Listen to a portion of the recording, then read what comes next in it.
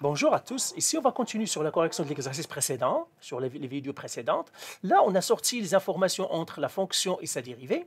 Maintenant, on va sortir les informations sur la fonction et sa deuxième dérivée, ce qu'on appelle le tableau des courbures. Donc, on va tracer un autre tableau qu'on appelle tableau des courbures. Alors, je trace ce tableau-là, comme ça. Voilà. Je fais la même chose ici. Je fais comme ça. Alors, ce tableau de courbure, il va me donner le lien entre la fonction et sa deuxième dérivée. Donc ça va être x. Ça, c'est moins l'infini. Ça, c'est plus l'infini. Et puis, ça, c'est la fonction et ça, c'est sa deuxième dérivée. Maintenant, quand on a les courbures, c'est-à-dire le tableau de courbure ou bien la fonction et sa deuxième dérivée, ce qui nous intéresse, c'est les points d'inflexion. Pas les maximums et les minimums, parce qu'on s'en fout de ça. Et encore une fois, je vous ramène au tableau, ici. Quand on a la fonction et sa deuxième dérivée, c'est les points d'inflexion et la concavité, c'est-à-dire la courbure, la concavité vers le haut et vers le bas. Quels sont les points d'inflexion? J'ai le point E et j'ai le point C. Donc le point E, c'est moins 1,59, donc je le mettrai ici, moins 1,59.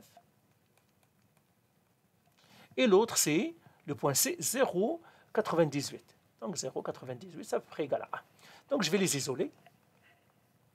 J'isole moins l'infini, j'isole ce nombre-là, j'isole ce nombre-là, et j'isole le plus l'infini. Voilà. Alors qu'est-ce que ça me dit sur la deuxième dérivée quand j'ai un point d'inflexion? Ça, c'est un point d'inflexion, je mettrai F ici. Et ça, c'est un point d'inflexion. Et il me dit que la dérivée seconde est 0. Donc j'ai cette information-là. Avant le premier point d'inflexion, qu'est-ce que j'ai? Ce point d'inflexion-là, avant celui-là, si l'ouverture est vers le haut. Donc, l'ouverture est vers le haut, je mettrai ouverture vers le haut. Après ce point d'inflexion-là, j'ai l'ouverture, elle est vers le bas. Donc, après ce point d'inflexion, l'ouverture est vers le bas, donc je mettrai ouverture vers le bas, comme ça. Après ce point d'inflexion-là, j'ai l'ouverture est vers le haut, donc ouverture vers le haut. Mais quelle information ça me donne? Quand l'ouverture est vers le haut, ça veut dire que la deuxième dérivée est positive. Quand la couverture est vers le bas, la deuxième dérivée est négative, et ça, c'est positif. Et bien voilà, j'ai de l'information sur ma deuxième dérivée.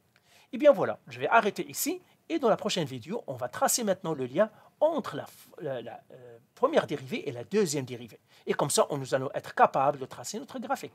Allez, bye!